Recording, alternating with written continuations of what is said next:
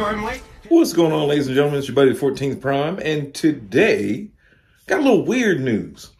A couple days ago, I asked y'all if you finished this guy, if you finished your Menasor or not. Yes, mine's been finished since January.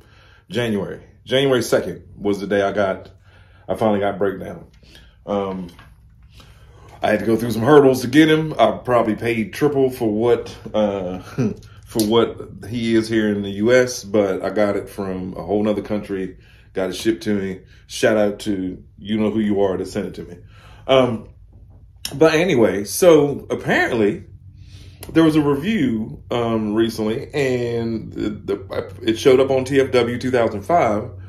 There's now a variant of breakdown. Now, I don't know if it's circulating. I don't know if it's going to even appear. I don't know if they're going to make it or not or whatever. But this thing does exist. Maybe it was with, like a production mode. Maybe it was something that they had planned on doing at first, but it was going to be too much or cost too much or whatever. But it's got a more screen accurate head, which I thought Breakdown's head was perfect.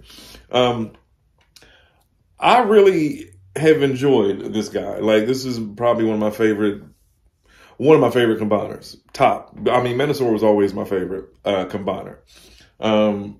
At the time, like when I was a little kid, I wasn't really into planes. I liked stunt cars and like General Lee and Knight Rider and that kind of stuff. So I gravitated towards Stunticons. But with that being said, it was wonderful that, 30 years later, we get this one way more articulated, way better put together. And, with a little customization. But speaking of customization, so I took mine and made my own little windows to make it look like a Lamborghini.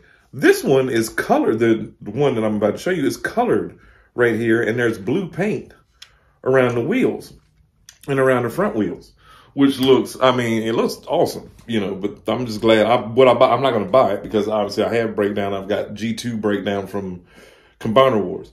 But just saying, if this one was to come out, hopefully everybody can find it, because that's like, I noticed if you go down my community post, you'll see people saying I either never started or I couldn't find this one, I couldn't find that one.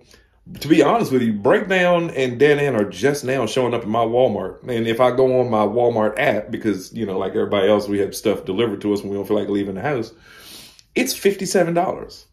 For him, and $67 for Dead End. Yep, here in the good old United States of America. But people are paying it, obviously, or else they wouldn't have priced it. I don't even want to tell you what I paid for just Breakdown by himself. A lot of people are saying they can't find Motormaster. They can't find him at a reasonable price or whatever. Again, a lot of times when I can't find a certain toy or whatever, I go to cmdstore.com. They're in Canada. The shipping is cheap, doesn't cost a whole lot. It's like $8, you know what I mean? But that's what you would have paid with Amazon if you didn't have Prime anyway. So, but anyway, my question to y'all is, if this breakdown starts popping up in stores, will you be encouraged to finish your Menasor, or will you be encouraged to get it again? I know Motormaster's hard to find, but you got to think, just like with Jetfire and Rodimus, with Rodimus Prime and Skylinks, if you just wait, they'll come back around for their normal price, and then they'll go back up like a week later. But Motormaster will, to be honest with you, I have seen Motormaster at Target still for $89.99. I paid $99 for mine because I got it from CMD store, but at the same time, I got Motormaster first. No, I got Dragstrip first. Then I got Motormaster. Literally like a week later, because I found it on CMD store. So I've had Dragstrip and Motormaster since, I want to say last August or September-ish. So yeah. So it took me September, October, November, December. It took me 4 months to complete Devastator, to complete Menasor. And rumored, we're supposed to get 86 Devastator in Studio Series next year. So maybe that's our combiner for next year, because Legacy Evolution, whatever, they haven't announced who their next combiner is. We're still riding. I'm still riding high for finding out that the Nemesis is finally coming. But anyway, that's just a little bit of news for you, toy news. there is this variant. If you happen to see it, will you get it? Will it make you finish this guide? Because he is amazing. He really is. I like my kneecaps down, I think. Nah, never mind. Yeah, this guy is awesome. The transformation is awesome. These Wild Rider and Breakdown transform similar. The car, even though it's the same mold, the colors and the way that they're painted, to me, make them look like two totally different cars. Plus, he has the removable fin. You know what I mean? It just, everybody was like, oh, no, that's the same mold. I don't want it. It's the same mold. You stupid. This is awesome. And so is he.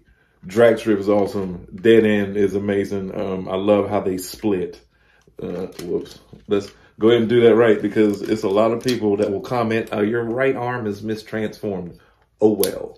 But anyway, it's your buddy 14 Prime and Menasor. But I just want to know, will you be finishing yours?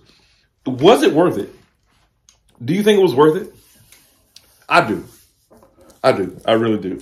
Because, again, looking at Combiner Wars and looking at previous combiners, you know, like,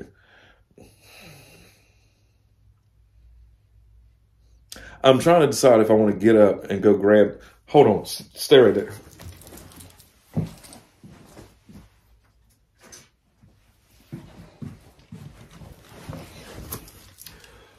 Look at this.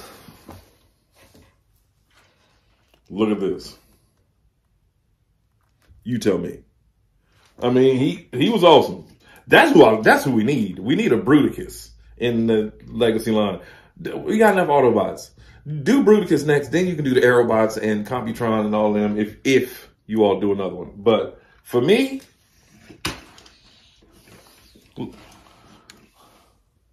come on, man.